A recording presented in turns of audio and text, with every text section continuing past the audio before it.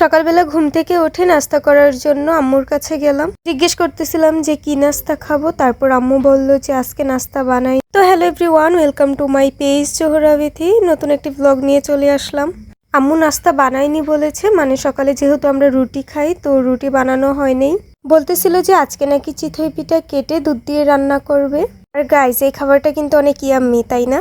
তো আমি ভিডিও করার জন্য গিয়ে আম্মুর পাশে দাঁড়িয়েছিলাম আর দেখতেছিলাম যে কিভাবে বানায়। তো আম্মু আমাকে বসিয়ে দিয়ে চলে গিয়েছিল, বলতেছিল যে তুই একটু বস, আমি আসতেছি।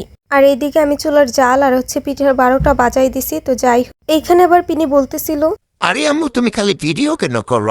আমাকে খালি ডিস্টার্ব করো। তুমি দেখতেছো না আমি ঘাস খাচ্ছি, তাও সারাক্ষণ খালি ভিডিওটা করো। আমার ভালো লাগে না। তুমি খালি আমাকে নিয়ে চালাচমটনা করো, আমাকে একটু একা থাকতে দাও না। তুমি যাও তো, যাও দেখো নানু কি করে। নানুকে একটু হেল্প করতে পারো না? খালি এসে আমাকে ডিস্টার্ব করো। দূর বাবা, আমি এখান থেকে চলে যাই। তো যাই হোক, পিনের কথা তো শুনেই নিলেন, এবার আমার কিছু বকবকানি শুনে নিন। তো এইখানে একটা পিঠা উঠিয়ে নিয়েছিল আম্মু, চুলাতে আরেকটা পিঠা বসিয়ে দিয়ে দিয়েছিল। আর এখানে আম্মু বলতেছিল যে তোর জন্য ক্যাদানিশ করে আমাকে পিঠাগুলো দিতে হচ্ছে, না হলে আমি একবারে বড় বড় করে সুন্দর করে বানিয়ে নিতাম। গাইস, কার কার আম্মু এরকম করে সেটা কিন্তু কমেন্ট বক্সে বলে যাবা। আমার আম্মুর কথা বড় বড় করে তাড়াতাড়ি বানিয়ে নিলেই হয়ে যাবে, এত ছোট ছোট করে সুন্দর করে বানানো লাগবে না, এগুলো তো কেটেই ফেলতে হবে। তো এই আর কি অবস্থা। তো এখানে এক চুলাতে দুধ জাল করা হচ্ছিল, আর এইখানে কিছু মশলা দিয়ে দিয়েছিল, যেগুলো জাল করে কিছুক্ষণ এর মধ্যে এখন পিঠাগুলোকে কেটে সুন্দর করে দিয়ে দিবে। আর পিঠাগুলো কিন্তু অনেক সুন্দর হয়েছিল দেখতে, সেটা কি তোমরা লক্ষ্য করেছো? না করলেও আমি বলে দিলাম, তাই না?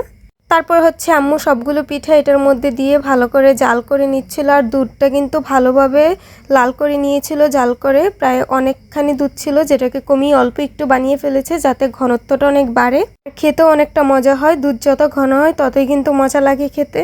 তো আমি এখানে দাঁড়িয়ে দাঁড়িয়ে দেখতেছিলাম যে আম্মু কি করতেছে, কিভাবে কি করতেছে। তো দেখতেছিলাম যে আরো একটা পিঠা রয়ে গেছে, যেটা এটাকে এভাবেই খাবে। তো তারপর এখানে কিসের জানি একটা গোলা দিয়ে দিচ্ছিল, যার জন্য আম্মু বলতেছিল এটা দিলে নাকি এটার ঘনত্বটা আরো বেড়ে যাবে, এটা আরো ঘন হবে। তো এটা কি দিয়েছে আমি জানি না। তারপর এটা দেওয়ার পর আরো কিছুক্ষণ জাল করে নিচ্ছিল। এখানেই কি শেষ? আমাকে যখন বসাই দিয়ে গেছিল চুলার পরে, আমি কিন্তু জাল নিভে বসেছিলাম। কেন জানি আমি চুলার কাছে বসলে সাথে সাথে জালটাও নিভে যায়। এটা কিসের লক্ষণ ভাই? তো যাই হোক, এগুলোতে মশলাপাতি যা দেওয়ার হয়ে গেছে, চিনি মনে হয় আর একটু লাগতো, আম্মু দিয়ে দিছে। তো এগুলোকে জাল করা শেষ, এখন এগুলোকে কিছুক্ষণ ঢেকে রেখে দিব। আর গাইস, কি পরিমাণে লোভনীয় হয়েছে দেখো। উফ, দেখলেই তো ইচ্ছা করে বানিয়ে খেয়ে ফেলতে, তাই না?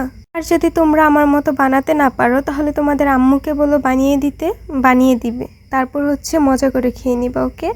রান্না কিন্তু শেষ, এখন আমার টেস্ট করার পালা। যদিও এই নাস্তা করতে করতে আমার সকাল বেজে গেছে 11টা। ব্যাপার না, একটু মজার খাবারের জন্য একটু বেশি করা লাগে, তাই না? যত বেশি ক্ষুধা লাগবে খাবার তো ততই টেস্টি হবে, তাই না?